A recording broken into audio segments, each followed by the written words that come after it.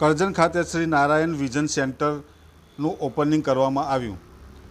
ગુજરાતમાં હાલોલ પાસે આવેલ તાજપુરા ગામે વર્ષોથી શ્રી નારાયણ આરોગ્યધામ અન્નપૂર્ણા ટ્રસ્ટ સંચાલિત શ્રી નારાયણ આઈ હોસ્પિટલ તાજપુરા દ્વારા લાખો લોકોના આંખના રોગોની નિઃશુલ્ક સેવા કરવામાં આવે છે।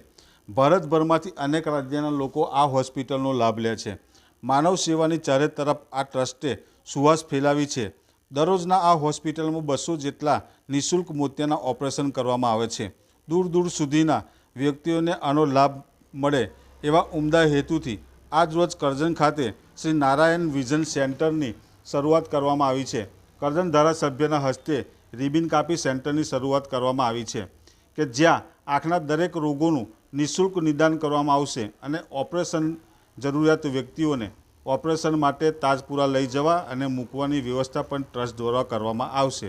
આજ રોજ કરજણ ખાતે સેન્ટરની શરૂઆત થતાં કરજણ પંથકમાં આંખના રોગોના દર્દીઓને જેનો લાભ મળશે।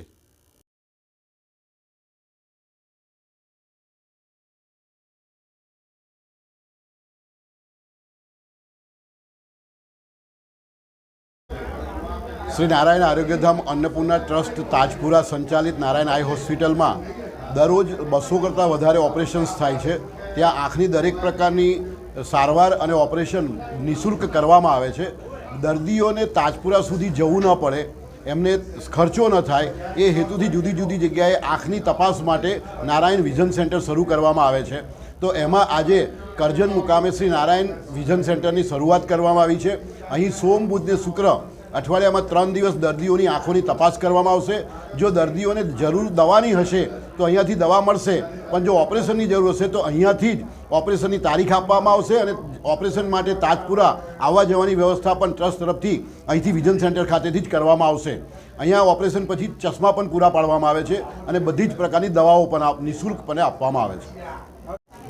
પ્રાતસ્મરણીય શિવ સ્વરૂપ નારાયણ બાપુએ શરૂ કરેલો આ સેવા યજ્ઞ આજે તાજપરાથી સીમાડા ઓળંગીને 3 રાજ્યો સુધી એની સેવા આગળ વધી રહી છે। ત્યારે આજે એક નવું સેન્ટર કરજણમાં ખુલ્યું છે।